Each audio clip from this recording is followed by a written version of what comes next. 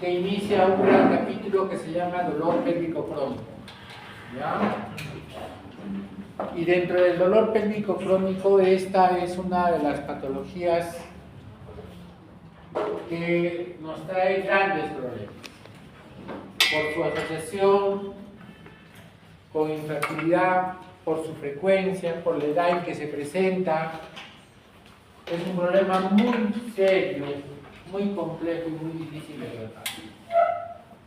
Para que podamos comprender de qué cosa estamos hablando, de qué es lo que sucede en realidad cuando alguien se diagnostica endometriosis, tenemos que comprender cómo es que nuestro sistema, tanto inmunológico como nuestro sistema endocrino, falla y empieza a producirse la endometriosis.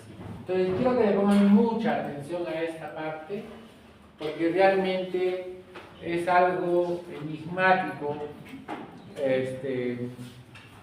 saber exactamente qué es lo que pasa en los pacientes que tienen este diagnóstico. Empiecen, por favor. Por favor, 25 minutos, ¿ya?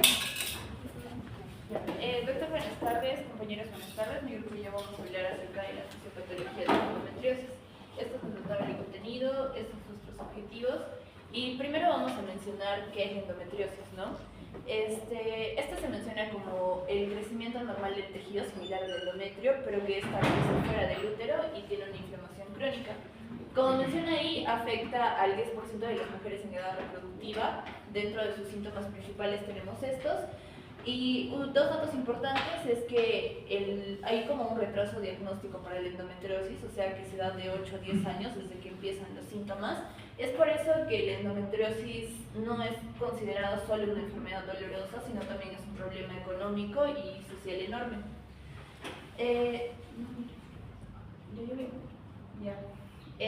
Tenemos diferentes subtipos. Tenemos el superficial peritoneal, el endometrioma ovárico, lo que es la endometriosis infiltrante profunda, como vemos acá en la imagen. ¿Y por qué lo mencionamos? Porque cada uno de estos subtipos puede tener un origen diferente. Es por eso que existen tantas teorías de la endometriosis, ¿no? Para ver cómo se da esto.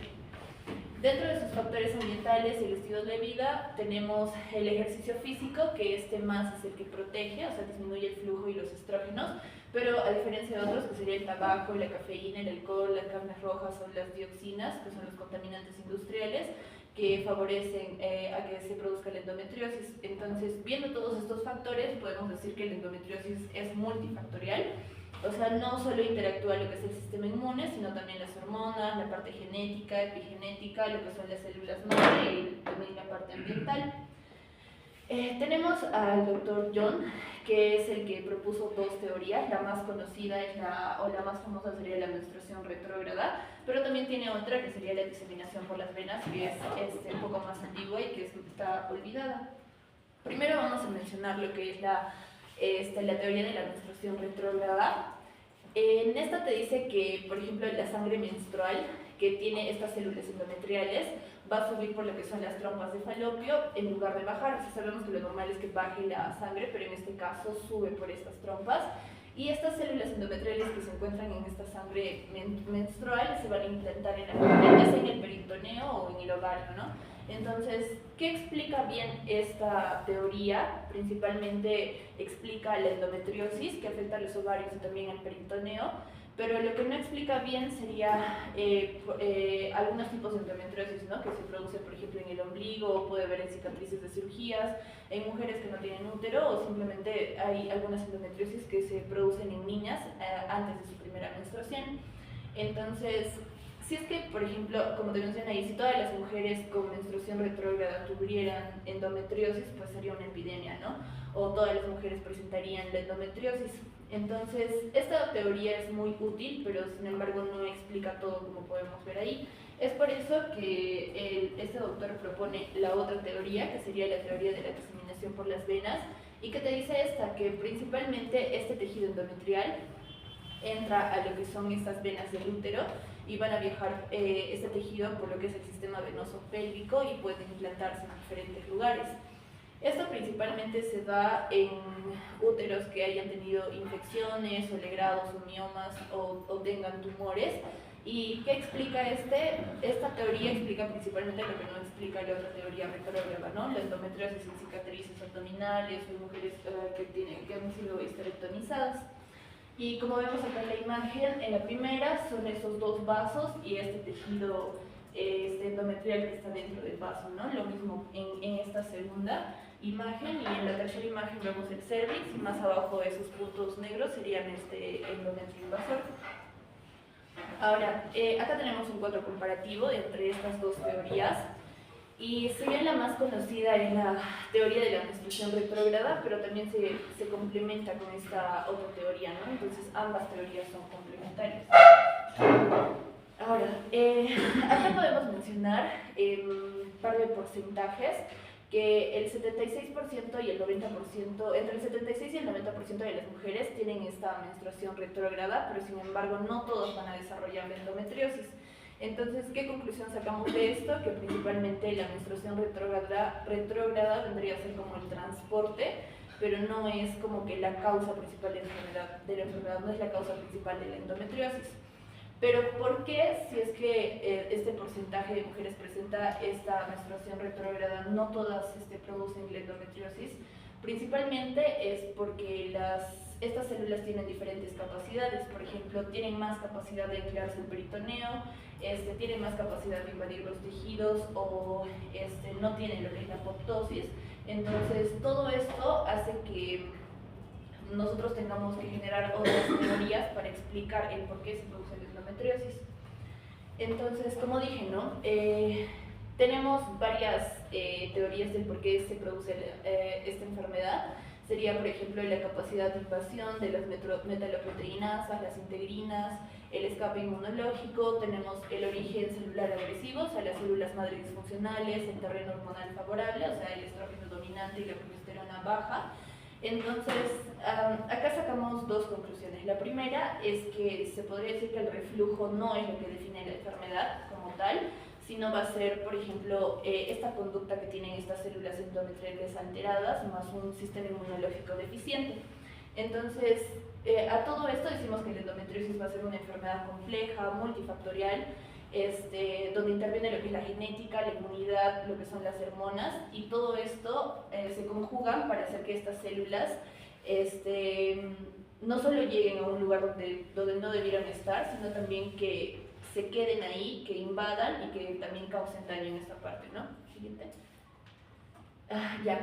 Primero empezamos por lo que es el mecanismo molecular, o sea, lo que es la adhesión y la invasión.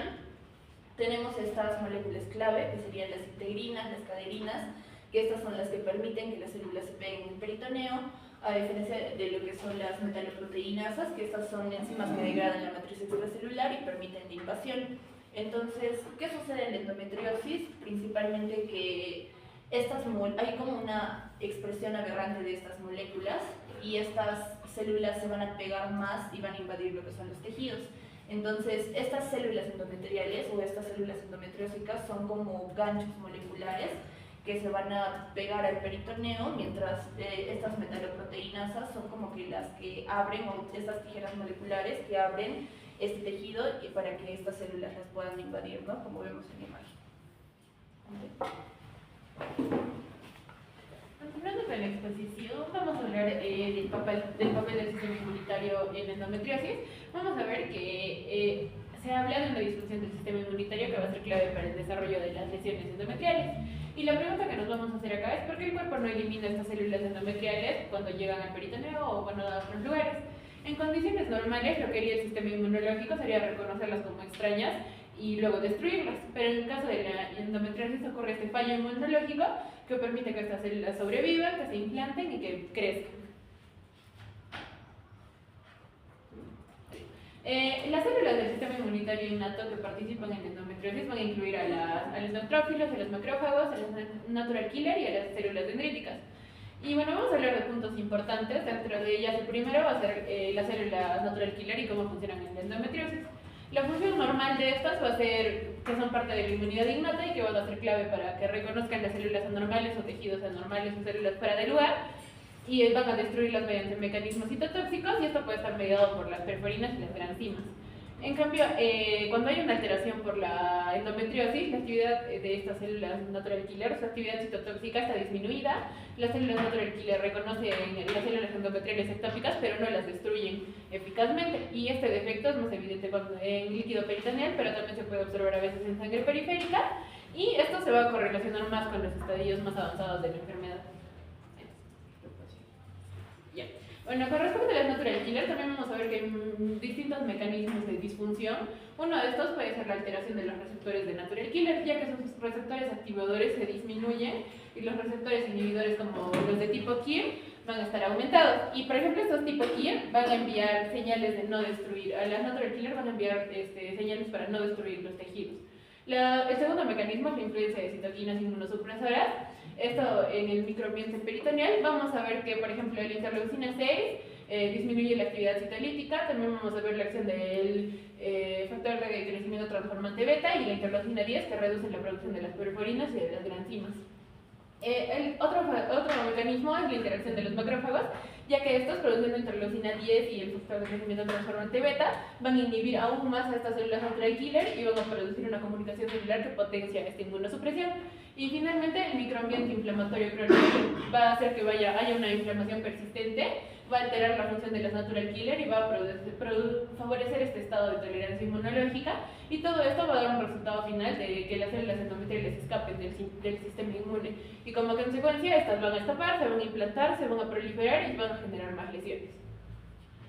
Luego, otro punto que tenemos es el escape de la fagocitosis. En situaciones normales va a haber una eliminación efectiva. Vamos a ver que las células va a haber un reconocimiento y una opsonización. Los macrófagos y los neutrófilos van a reconocer y van a marcar estas células, las van a fagocitar, van a eliminarlas, y el resultado va a ser que no haya persistencia de este tejido ectópico. Pero en la endometriosis va a haber dos problemas. Vamos a tener uno que va a ser la disminución de la capacidad fagocítica, ya que los macrófagos van a ser disfuncionales, va a haber una disminución de la anexina 2 y una disminución de la capacidad de fagocitosis. Y el otro problema va a ser que va a haber una disfunción de los neutrófilos, ya que los neutrófilos van a estar aumentados, pero su función va a estar alterada y va a haber más inflamación y menos limpieza de este tejido. También se habla de un microambiente inflamatorio que favorece el escape de esta fagocitosis. Va a haber aumento de los factores quimiotácticos, dentro de esas la interleuquina 1, el NA78 y el HNP13, y este va a hacer que se recluten más neutrófilos y macrófagos, pero no mejora la eliminación. Y va a haber un aumento de producción de citocinas proinflamatorias como la interleuquina 17, el factor de crecimiento endotelial y el CXL10, y estos van a mantener la inflamación, van a favorecer la angiogénesis, y todo esto promueve que haya una inflamación crónica, pero que es inefectiva. Entonces no se va a eliminar este tejido ectópico. Y también habla de una interacción entre macrófagos y neutrófilos, que esta interacción hace que haya reclutamiento aumentado tanto de los macrófagos y los neutrófilos, y haya una perpetuación de este problema. Y por eso es que ambas poblaciones están aumentadas en las lesiones, pero a pesar de esto, su función está alterada, no es efectiva, hay una inflamación crónica, sobrevive este tejido ectópico, y como resultado hay un ciclo vicioso de la enfermedad. Y el tercer punto son los macrófagos tipo M2, que los macrófagos no solo están aumentados en la enfermedad, sino que cambian su función hacia un fenotipo que favorece la enfermedad. Vamos a ver que hay dos tipos de macrófagos: los M1, que son los clásicos, que son proinflamatorios y destruyen a los patógenos y al tejido anormal, y luego están los M2, que son los alternativos, que estos van a tener una función antiinflamatoria, promueven la reparación tisular y favorecen la angiogénesis. Y este tipo de macrófagos son los que están aumentados o los que predominan en la endometriosis. ¿Y qué ocurre en la endometriosis? En lugar de que el tejido ectópico sea eliminado por los macrófagos, estos macrófagos M2 van a remodelar la matriz extracelular, estimulan la angiogénesis, favorecen el crecimiento y la fibrosis y el crecimiento, y contribuyen al dolor inflamatorio. Cuando se hicieron estudios en animales, hubo estudios en los que eliminaron los macrófagos, y estos dieron resultados de que disminuían las lesiones, el tamaño y la vascularización. Entonces esto nos confirma que los macrófagos no solo acompañan a la enfermedad, sino que también la impulsan activamente. Y dentro de los macrófagos habla del papel clave de la interleucina 17A, que es una citocina que determina la progresión de la enfermedad. Esta se produce por las células TH17 y está aumentada, por ejemplo, en el plasma, en el líquido peritoneal y en las lesiones endometriales. ¿Y qué hace esta? Nos da dos efectos principales. Uno, que recluta los macrófagos, y dos, que polariza, que hay una polarización hacia M2. Y ambas situaciones van a aumentar macrófagos, pero estos macrófagos van a llegar programados para ayudar al tejido a persistir. Y esto es lo que mencionaba, que se ve que hay un ciclo vicioso, hay aumento de la interleucina 17, hay aumento de los macrófagos, aumento de la polarización a M2, hay angiogénesis y fibrosis y crece la lesión. Ya. Entonces, también señalar aquí que va a haber un desbalance endometrial. Señalar que primero en el caso de la endometriosis va a haber va a estar presente lo que es el estrógeno en niveles muy altos, y por otro lado la progesterona va a haber una resistencia. Más que todo, esta proliferación del endometrio, de la endometriosis va a ser debido al factor del estrógeno, que haya proliferación, inflamación y crecimiento de nervios. Por lo tanto, estos van a conseguir que el dolor sea más permanente, y también es un signo muy característico. También habrá mayor expresión de receptores beta, que pues estos van a estar inhibiendo la apoptosis. Y por otro lado, la progesterona, en este caso habrá una resistencia, debido principalmente a que los receptores tipo A y tipo B van a estar bajos o indetectables. Todos ellos contribuyen para que de esta forma el endometrio no se encuentre receptivo, o que también las lesiones endometriales que se vayan a encontrar por allí están endometrióticas, y también esto contribuye al dolor. Siguiente, por favor. Bien, entonces, como les dije, acá va a haber un desbalance de estas dos hormonas, los estrógenos y la progesterona. Los estrógenos principalmente va a haber un dominio de estas, y la progesterona una disminución. Siguiente, por favor. Bien, entonces vamos en sí a hablar sobre la progesterona en la endometriosis. Señalar que en este caso vamos a tener receptores de progesterona dos tipos, tipo A y tipo B. El tipo B va a ser el de mayor peso, con 115 kilodaltons. Señalar que este va a ser el activador del gen de los receptores, es decir, que si funciona esta, la progesterona va a actuar de forma ideal, y el receptor A es quien va a inhibir a este receptor B. Entonces, cuando en una endometriosis habrá un desequilibrio de estas dos hormonas, de estos dos receptores. Entonces, aquí los receptores A van a estar muy elevadas, y por el otro lado los receptores B muy bajos. A esto se denomina como un silencio génico. ¿Por qué? Porque en este caso los B van a estar silenciados, principalmente a una hipermetilación del ADN para los receptores B. Entonces, también acá están las dioxinas, que vendrían a ser productos subquímicos, que pues van a estar presentes en la grasa animal, y también los productos lácteos, todos de origen animal, que pues este ambiente, más que todo, van a inhibir a que haya los receptores para la progesterona. Bien, entonces, como dijimos, esta alteración va a causar un ratio alterado y por lo tanto una resistencia hormonal. También por este lado tenemos, siguiente por favor, acá tenemos otra red de señalización que va a estar alterando, y pues como vemos van a contribuir diferentes tipos, ¿no? Tanto los factores externos, como dijimos, las TCDD, que son por producto animal, el factor de necrosis tumoral alfa. También otras vías de señalización están, por ejemplo, el factor de crecimiento transformante beta, está el MEC, el ERF.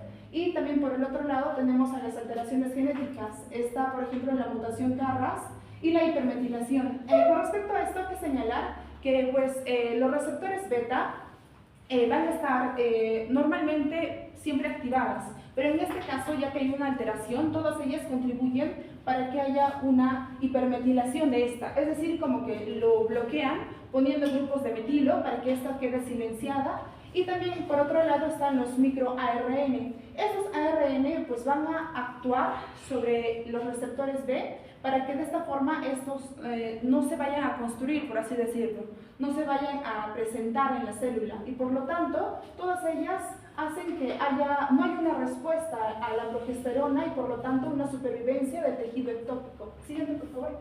Bien, ahora señalar con respecto al estradiol. Como dijimos, el estradiol o el estrógeno va a estar en niveles muy elevados. Principalmente señalar que vamos a tener dos tipos de receptores, los alfa y los beta. Los alfa, en un estado normal, por así decirlo, van a estar altos, y los beta pues bajos, pero en este caso va a haber un desequilibrio, es decir, que los beta se van a encontrar muy alto, hasta 34 veces más. Entonces, lo que sucede acá es que en la endometriosis sus células van a tener la capacidad de producir su propio estradiol. Entonces, lo que pasa es que En este caso va a haber una hipometilación de su promotor para la expresión de estos receptores para estrógeno. Entonces, esto va a activar a la GATA, que vendría a ser más que todo una secuencia de nucleótidos, que es guanina, adenina, timina y adenina, que pues en este caso va a ser el tipo GATA2, y esto va a, cuando hay una hipometilación, activa a la GATA6, de tal forma que pues el colesterol va a ingresar y de tal forma que los andrógenos se van a convertir en estradiol y pues así estas células van a tener su propio estrógeno. Siguiente, por favor. Bien, en esta imagen vamos a ver las células endometriales del estroma. Acá también se le conoce como el mecanismo de supervivencia. Acá vamos a ver cómo el estroma va a secuestrar la máquina para que la lesión no muera, no mejore, por así decirlo. Entonces, lo que va a ocurrir acá, primero va a haber una hipometilación del receptor del estroma beta. Entonces, esto lo que va a ocasionar es que va a ocasionar un bloqueo de la citosina y de la guanina de la hipometilación. Y este bloqueo lo que va a ocasionar es que haga un aumento del receptor del estroma beta. Entonces, luego va a haber un bloqueo de la apoptosis. Acá vamos a tener al factor de necrosis tumoral alfa. Este factor va a inducir la apoptosis. Eso es lo que normal debería ocurrir, pero en este caso, porque hay un aumento masivo del receptor de estrógeno beta, lo que pasa es que no acepta esta orden. Entonces va a haber una activación del inflasoma, en este caso del NAPP3 en este caso, y lo que va a ocasionar es que va a incrementar la interleuquina 1 beta, ocasionando que haga una proliferación, una adhesión y una invasión de la célula endometrial. Ahora, en la imagen B vamos a ver que el tejido endometriósico y vamos a ver su efecto a nivel macroscópico y sistémico en este caso. Lo que primero en esa imagen va a ocurrir es la síntesis de nuevo del estrógeno 2. Acá vamos a ver cómo las enzimas, tanto la STAR como la aromatasa, lo que van a hacer es que van a liberar estrógeno dentro de la misma lesión. Entonces vamos a ver que había o debería haber un equilibrio entre el receptor de estrógeno alfa y el receptor de estrógeno beta, pero este equilibrio se rompe. Entonces va a haber un aumento del receptor de estrógeno beta en este caso, y lo que va a ocasionar es que haya un crecimiento y una inflamación, en este caso del gen CMYC, que va a ocasionar que haga un crecimiento rápido en este caso, ocasionando que haga un incremento de la interleuquina 6, y esto va a ocasionar una inflamación crónica y dolorosa, y esto nos va a dar finalmente a una progresión de la endometriosis.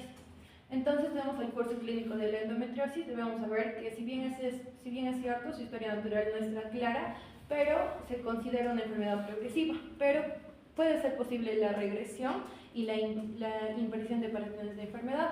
Sí es cierto, es difícil detectarlo en fase inicial o en fase subclínica, porque algunos pacientes pueden presentar síntomas y otras no. Aparte de que se menciona que la endometriosis puede presentarse como adenomiosis, que en este caso es cuando el tejido endometrial recubre el útero y crece adentro de la pared muscular uterina, o puede presentarse la endometriosis como subtipos ya también, por sí solas o en combinación de subtipos, y esto genera un dolor pélvico en la paciente durante la menstruación o fuera ya también. Ahora tenemos el dolor pélvico crónico. Esta es una de las características de la endometriosis y la infertilidad en este caso. ¿Por qué? Porque vamos a ver que este dolor pélvico crónico es incapacitante para nuestras pacientes, ya que tienen el dolor durante la menstruación, pero ya también pueden presentarlo durante las relaciones, al momento de hacer la micción o al momento de hacer nuestras necesidades en este caso. Entonces es importante que sepamos cómo se da. Es por eso que vamos a ver cómo las células inflamatorias van a reclutar nuevas lesiones endometrióticas ectópicas. Acá, por ejemplo, van a intervenir tanto los macrófagos, los mastocitos y los neutrófilos, tanto las interleuquinas, la 1, la 37 y la 6, el factor de necrosis tumoral alfa, el factor de crecimiento nervioso, la prostaglandina, la sustancia P y la glicodelina. Entonces, este círculo vicioso lo que va a hacer es que potencia el crecimiento y la infiltración de lesiones endometrióticas. Entonces, esto lo que hace es que crea un microambiente inflamatorio crónico y va a ocasionar el dolor pélvico crónico en nuestros pacientes. Entonces, y bueno, esto es lo mismo que les he explicado. Y bueno, estas serían nuestras conclusiones y nuestras referencias. Y gracias.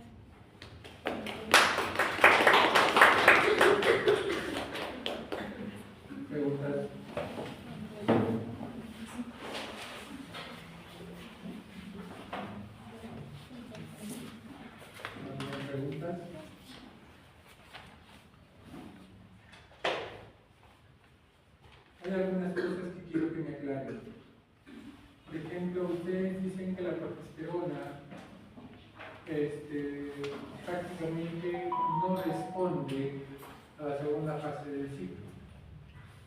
Entonces, ¿por qué se da tratamiento con progesterona en caso de endometriosis? Sí, doctor.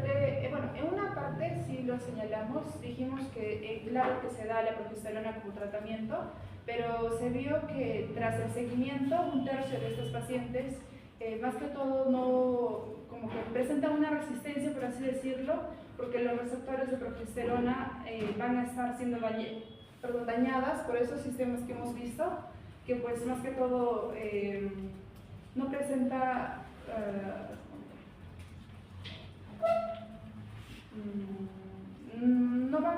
no se va a codificar adecuadamente el receptor de progesterona y por lo tanto no va a haber una acción en sí.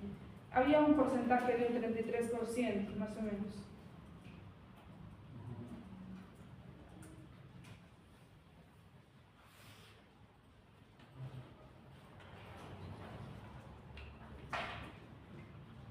¿Cuál creen ustedes que es el mecanismo que más está alterado en la endometriosis?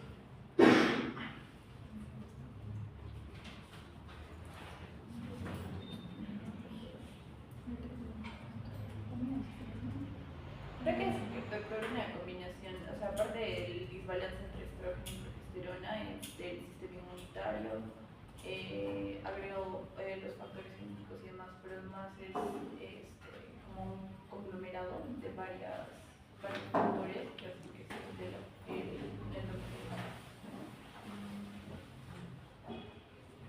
¿Creen ustedes que la aromatasa jugaría algún papel en el tratamiento de la endometriosis?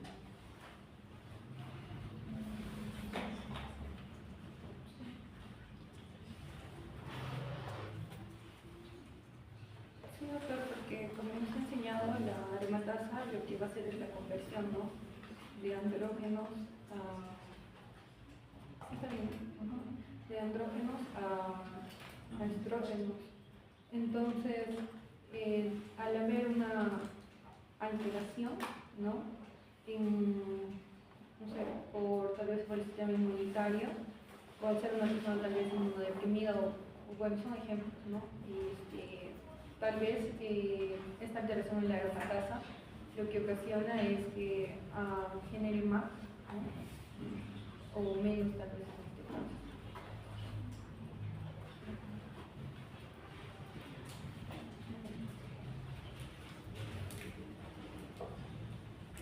¿Qué es lo que condiciona, qué es lo que condiciona la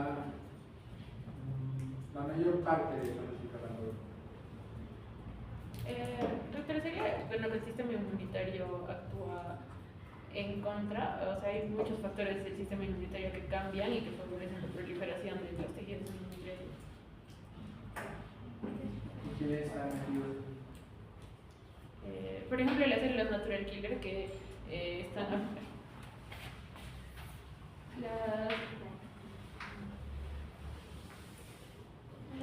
por ejemplo aquí que las natural killer están afectadas, ¿no?, que sus receptores, que disminuyen sus receptores, los activadores y los inhibidores se aumentan y esto da señales para que no se destruyan. También hay aumento de las citoquinas también para que se disminuya la actividad citolítica y todos estos factores hacen que las células endometriales se escapen de que las pueda eliminar como tal la natural killer, y eso hace que se puedan, que estas lesiones crezcan, ¿no?, que se implanten las células, se proliferen y que generen más lesiones.